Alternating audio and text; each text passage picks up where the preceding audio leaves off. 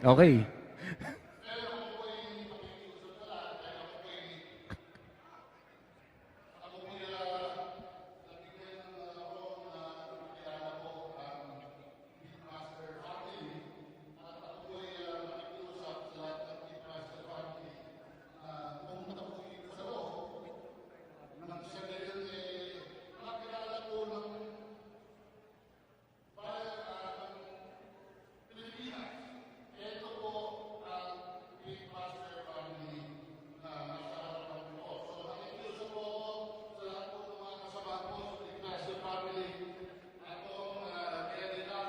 Boss RJ,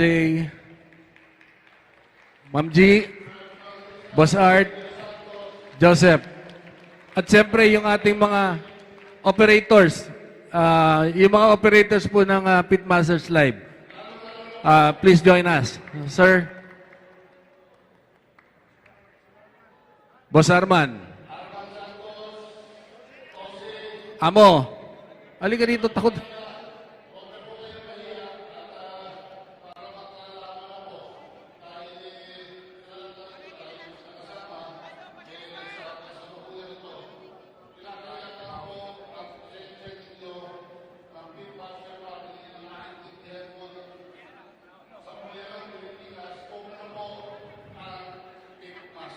Dito lang po tayo. Dito lang po tayo mga kaibigan.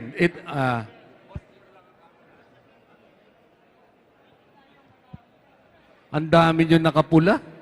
Ha? Ang dami ba nakapula? Ano ba meron? Parang dumudugo ah. Ha?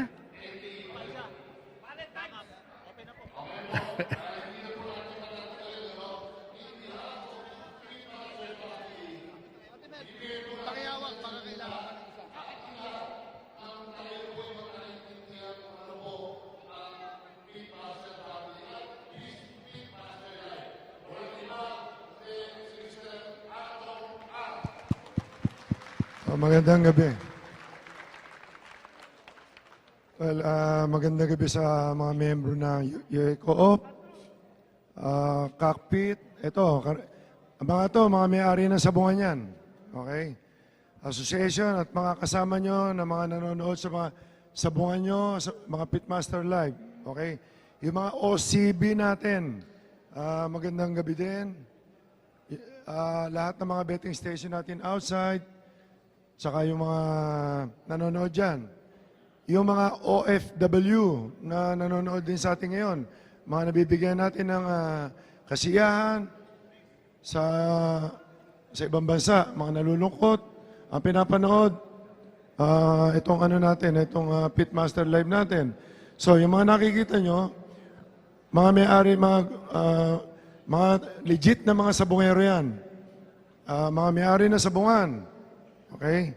At lahat nanonood sa ibang bansa ng Pitmaster Live, marami yan, hanggang Amerika.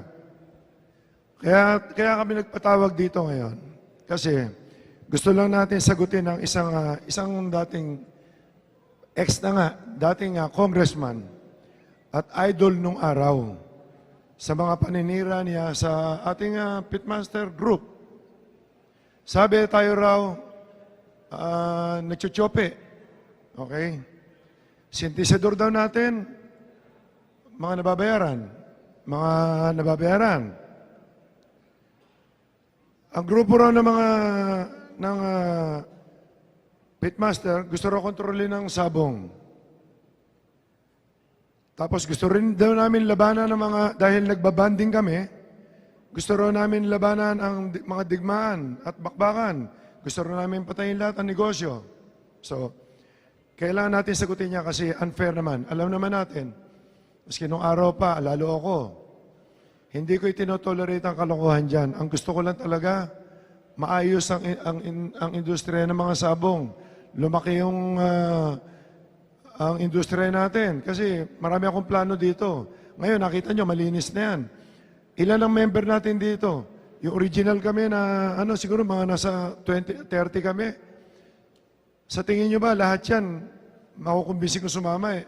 Lahat may mga utak yan, may mga pera yan. Alam nila kung tama, alam nila ang tama at mali.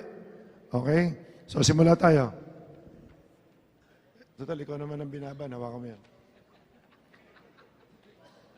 ito istorya niyan. Noong 80s, ang sabungan na pinaglalaban ng mga big time ay Araneta Coliseum, Roligon, at San Juan. At late 80s, ako ang humawak ng San Juan nung panahon na yun. Napunta ako sa Amerika, 2000, bumalik ako 2006. Mga late 2000 hanggang ngayon, marami na nagbago sa sabong. Dahil sa new technology, nagkaroon ng video streaming at online betting ng sabong sa abroad. Dahil din siguro sa hirap ng buhay, ang mga sabungan karamihan ay nalulugi na. Madami ang nagsasara or binibenta dahil hindi biro ang mag-host ng derby. Talagang hindi biro. Kaya kailangan ka mag-host, kailangan ka magbabayad ka sa mga ganyan. So, ang ibig sabihin, talagang halos karamihan ng sabungan, isa yung binibenta na o hindi na kumikita. Nagkaroon ng grupo ng bakbakan sa pamumuno ni Ricoy Palmares na tulungan ng mga breeders sa buong Pilipinas. Maganda yan. Nagtayo rin ng grupo ng digmaan sa pamumuno ni Bernet Acoy, Nestor Bendeville. Magaling yan, maganda intensyon nila, tumutulong sa mga breeders natin, tsaka sa industriya natin. Ito medyo magulong istorya ng sabong. Mga 2014 o 2015 yata, merong international derby sa Araneta. Dahil nga sa new technology, ang global ang kumukuha ng video sa Araneta para mapanood sa mga sabungan, sa mga sabungan. Meron silang contract, ang nakakuha ron is global. Ang global, ang may kontrata sa Araneta noong time na yon. Pero ang Sabong Sports, na pag-aari namin nila Sunny Lagon, Jerry Ramos at ako ay pinayagan nilang kumuha ng palabas at nagbayad kami ng 3 milyon kay Dong Lamoste ng Araneta, na manager. Di naman namin alam na may kontrata ang global at tinanggap ng Araneta ang aming bayad. Ito ang hindi maganda nangyari. Nagreklamo ang global na magdidemanda pag pinayagan kami kumuha ng palabas. Ang ginawa ng Araneta ni Dong, after 2 days, pinaalis lahat ng camera namin at hindi sinoli ang pera namin.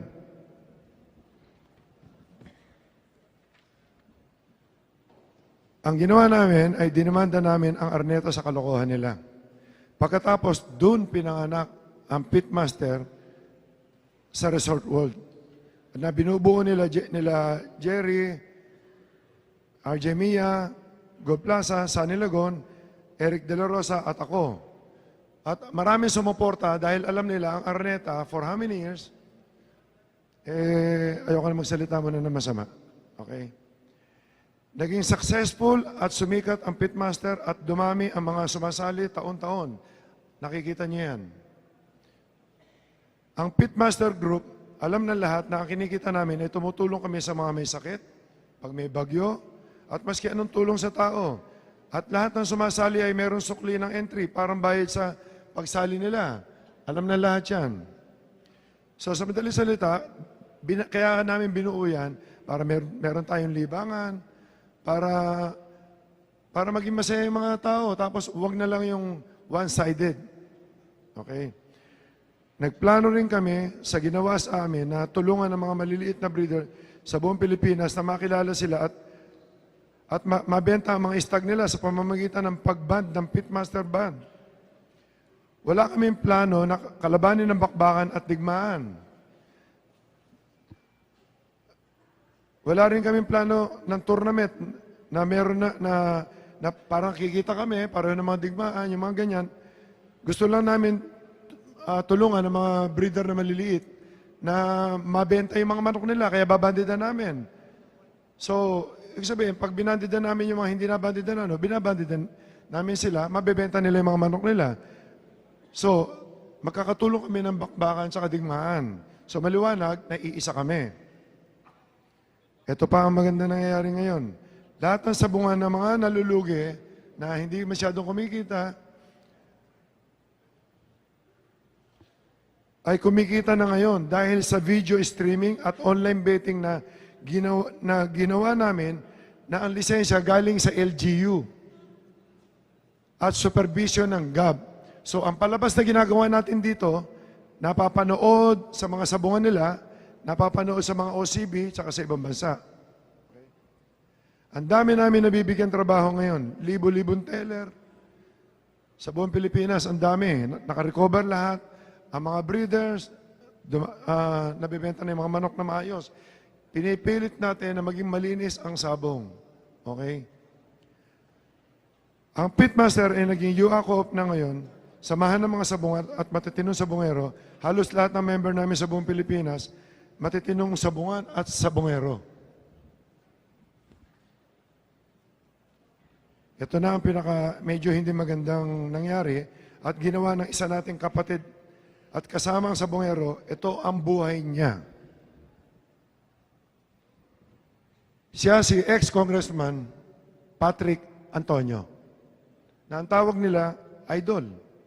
Sumikat siya, ito, February 20, sumikat siya nung panahon ng mga 90s, tapos sumikat uli nung 2000, nitong 2000 plus, wala nang nakakakontrol ng sabong eh.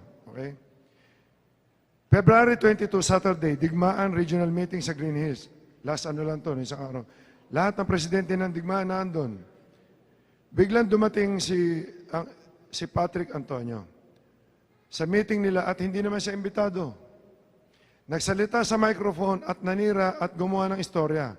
Maraming nainis sa ginawa niya kasi ang ginawa ng mga officer, dahil ang ginawa ng officer, tinawagan kami para pumunta ron, para ipagtanggol sa mga sinabi ni Patrick na paninira, na nandiyon-yopi daw tayo, na kung ano-ano ginagawa, finifix daw natin ang mga games. Yun ang mga sinasabi niya ron. Sino tong ex-congressman Patrick Antonio na to? Ito ang pagkatao niya. Siya ang dating sikat na idol noong 90s at 2000. Entry name, Sagupaan. Okay? Tumakbong governor or congressman sa Cagayan noong 90s. Congressman, governor, pero natalo dahil suplado eh. Okay? Actually, halos kasabay kong lumaki ito eh. Tumakbong congressman ng party list ng Agbiag dahil sikat siya sa sabong. Nanalo naman. Dahil hindi alam ng mga tao ugali niya eh. Kung mapapansin nyo, ito si Patrick, walang kaibigan yan. Alam na lahat dito yan. Wala nga kasama sa sabungan yan. Dahil napakasuplado, ang tingin niya sa sarili niya, siya ang pinakamataas at pinakamagaling magmanok. Alam niyo naman lahat yan, hindi ako nagsisinungaling. Okay? Dahil sa ugali ni Patrick, na suplado at masakit magsalita, nung siguro mid-1990s, mga 1996, napatrouble si Patrick, nagpasabong niya sa Roligon. Dahil sa kabastusan niya, may binastos siya na isang kasamahan natin sa Bongero, sa Roligon. Nagkagulo, tapos gumawa siya ng ingay, congressman siya, ginamit niya yung pagiging congressman niya. Okay? Nag-privilege speech siya sa Congress, sinabi niya na sinampal siya sinampal siya nung sabongero na yun. Sinapok pa raw siya. Congressman ka, laki mong tao, nagpapasapok ka. Di ba? Hindi na nahiya. Kaya nung tumakbo siya, sabi nung kalaban niya, papaig ba kayo na congressman natin, sinasampal lang, natalo tuloy. Okay? Hindi ako yun, ha? Gusto niyang kunin ang simpati ng mga congressman para makasuhan yung nakalaban niya. Naging controversial yung issue na yun. Isang buwan yata sa diary yun, pero wala nangyari. Walang naniwala sa kanya dahil sira ang pangalan niya. Okay? Yung tao naman, mabait yung tao, kaya naabsuelto. Dahil nga sa sikat, eto ngayon siya, dahil nga sa sikat, binili niya ang majority share ng Pasay kay Joey D. Siya nagpatakbo ng sabungan. At ngayon, lugi. Nalugi na. Talo si Patrick. Pangalawang talo niya, politika, sa sabungan, talo na naman. Born loser talaga to eh. Dahil nga sa sikat, nagtayo na naman si Patrick ng pabrika ng feeds, ng manok. Kinalaban niya ang malalaking feed mills gaya ng BMEG at Thunderbird. Lugi na naman siya ngayon. So, talo na naman si Patrick. Okay? Para matuloy na yung ban mo. Sinasabi ko lang sa inyo kung ano nangyayari. Ina-accuse nila kami ng sindikato, ina-accuse niya kami ng kung ano-ano. Dahil sa sikat na naman din siya, pati mga gamot ng manok, pinagawa rin niya, nilabanan niya yung mga laboratory. Hindi siya umubra. Sumikat sandali, lugi na naman yung kumpanya niya ngayon. Talo na naman si Patrick. Talo na naman. Talo. Okay. Ngayon, ang mga manok niya, maski saan lumaban, maski sa sabungan niya, puro talo. Sumali dito yun, 2 beses yata, 1 beses. 5 manok, 1 nanalo. Alam mo ang sabi, pinagtutulungan daw namin siya. Ang putya, isipin pinagtutulungan, lalaban ka. Sa Pasay, obserbahan nyo. Sumasali kami sa Pasay, hindi namin nakakalaban ng manok niya. Gusto niya laging 10-6. Okay? Akala kasi ni Patrick, ang swerte at kasikatan, pangmatagalan, mali siya. Pag dumating sa iyo ang swerte, yan ang payo ko sa atin. Ang dapat gamitin nyo sa tama at huwag maging salbahe sa tao. Kasi may ikli lang ang swerte lagi. Pag dumating ang pera, ipunin nyo. Yan. Ako nakita nyo, nakulong ako. Lahat, ups and downs sa buhay ko, consistent ako. Maski ano mangyari, never ako nagsisisigaw sa mga tao dyan. Kung makikipag-away ako sa mga tarantadong tao, pero hindi sa mga ordinaryong tao. Mahal ko mga sabungero, mahal ko kay lahat, masaya ako pag nakikita kayo.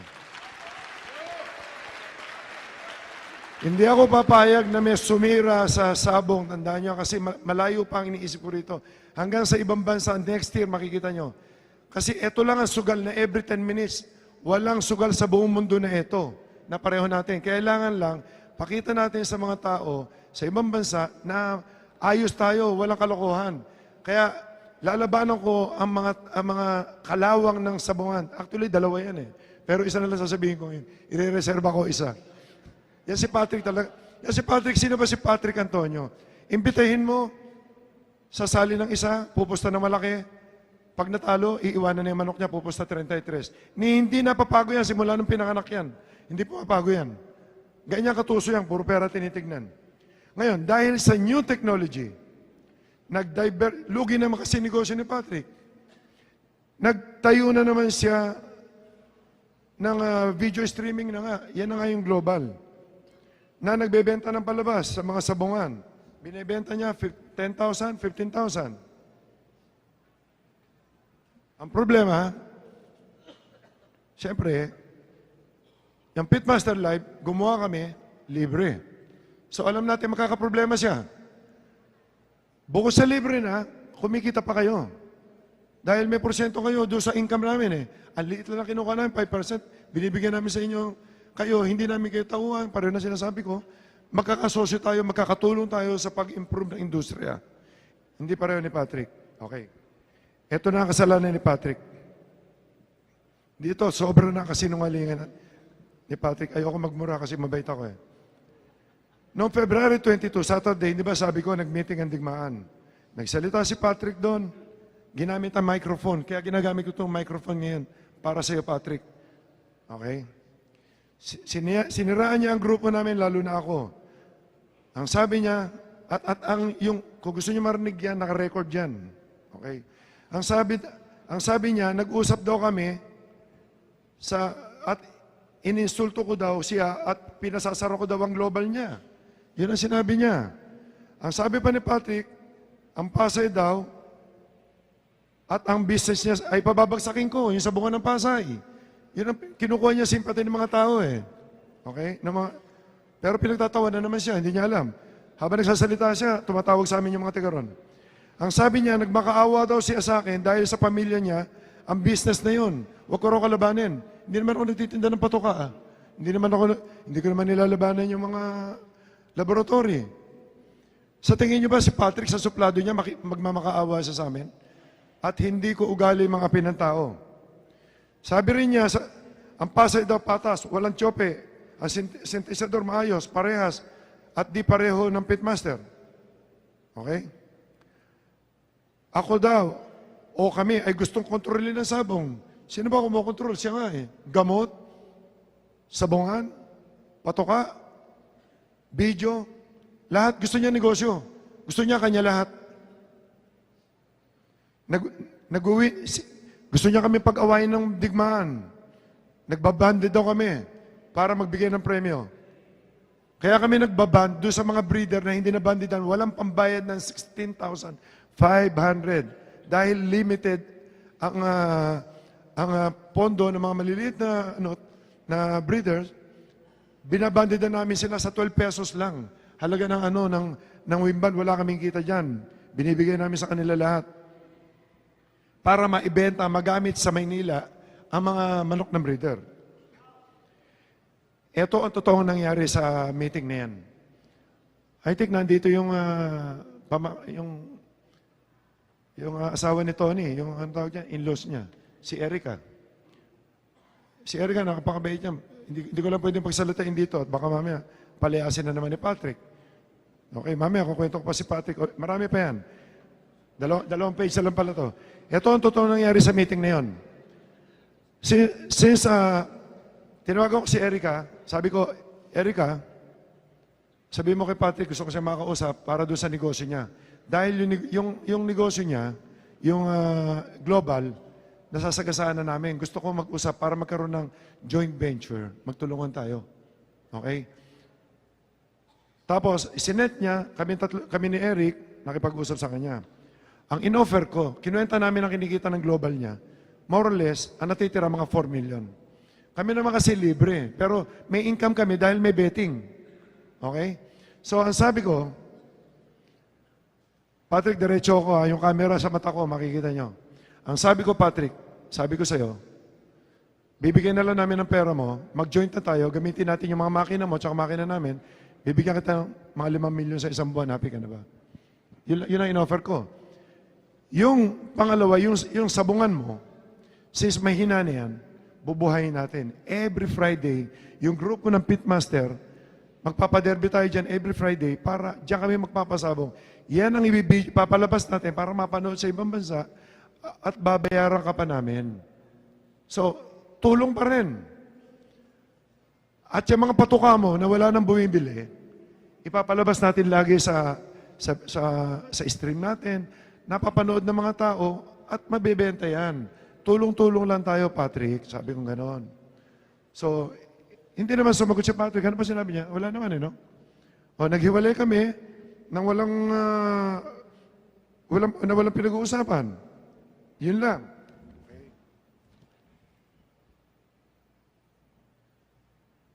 Namemorya ko na pala. Si Patrick, talagang napakalikot niyan. Tignan niyo to, talagang lahat ng sinabi ko sa iyo, yan ang totoong buhay ni Patrick. Nasundan ko yan, sabay kami halos na Kami ang magkalaban lagi sa sabong nung late 80s, 90s. Lagi akong dihado. Yun ang gusto ko. Dahil mas malaki tama ako lagi. Ako talaga laging kalaban yan sa sabong. Kaya buti na lang, hindi kami nag-away. Pero talaga yatang loser siya talaga at traidor. Tignan nyo na lang to ha. Example ko sa inyo, andyan lahat ng mga mananari ha. Noong nagpapanalo siya, ang pinakamagaling na mananari natin si Noli, alaga niya yan. Puro champion. Binigyan pa niya ng kantin. Noong napagtatalo na siya kasi puro bulok ang manok niya, pati kantin tinanggal, pati si Noli tinanggal. Tignan niyo kung anong klaseng tao yan. Noong 90s, nagpapanalo siya, ang kinukunan niya ng manok, si Lance De La Torre, ang galing na breeder. Noong napagtatalo siya, dahil bulok na manok niya, ang sinasabi niya, bulok yung manok ni Lance De La Torre, iniwanan si Lance. No, sumikat na naman siya noong 2000. Ang ginamit niya ay Scullin Brothers. Gumaling na naman ang manok niya na pansamantala. Pagkatapos noon, siniraan na naman niya yung away na naman sila. Wala siyang hindi nakaaway. Actually, pag naglalakad siya, yung anino niya, wala sa tabi niya. Ayaw na rin sumama sa kanya. Ngayon, ito huli si Arnold. Ginagamit niya. Ngayon, nasa si Arnold? Imbis na kasama niya. Kung saan nagpapapinance ngayon. Di ba? Kami, tignan niyo kami mga big time sa sabong. Lahat ng mga tao namin, yun at yun din. Dahil marunong kami mag-alaga. Ako, mga trainer ko, 30 years na sa akin. Maski wala ako, punta ako ng Amerika, ayos pa sila lahat. Saksakan ng sinungaling yan. Ngayon, dahil sa hindi ka bagay, ito Patrick, lahat tayo rito. Kapareho na sabi ko nga sa inyo, ito na huli. Mahal ko ang sabong ang industriya natin, pilitin natin ayusin ang kalawang ng industriya na to, alisin natin sa industriya na to. Ikaw, Patrick, mahilig ka magpaaway ng tao, mahilig ka mang-api. Napakasinungaling mo pa, leche ka. Okay? Hindi, sinasabi ko lang, kasi yung sa mga tao eh. Okay? Mula sa araw na to, lahat ng pasabong namin, ban ka na, hindi ka namin kailangan dito. Ngayon, nakikiusap ako sa mga kasamahan natin sa Bungan. Nakikita niyo naman si Patrick. Pagkasasali sa inyo, huwag niyong tanggapin. Basura yan ng sabungan. Ever since. Sasali yan, pag nagpapanalo manok niya, paparada ng malaki, galit pa yan pag hindi nakasa. Pag natalo manok niya, iiwanan yan, hindi kayo pupustahan. Ito, totoo to ha. Nung kalakasan ng Pasay, gusto niya pabaksakin ng NCA. Walang kaibigan si Patrick ha, maski sino. Sinasabi ko na sa inyo. Ngayon, yung manok niya na sinasali niya sa NCA, nakikita niyo nakasulat, finance, na hindi niya pinupustahan yun. Pinapapinas niya kila Jun Santiago. Isipin niyo kung anong klaseng tao yan. Di ba? Walang prinsipyo sa buhay eh. So, yung sabihin, inaano ko lang, na nakikiusap din ako, linisin natin, pag-anuhin na natin, na iba na natin yan sa lahat ng sabungan kasi basura yan. Huwag niyo rin bilhin yung produkto niyan dahil laos na yan eh. Diba? Okay? Maraming salamat sa inyo. Tuloy na natin ang sabon natin, ha? Okay?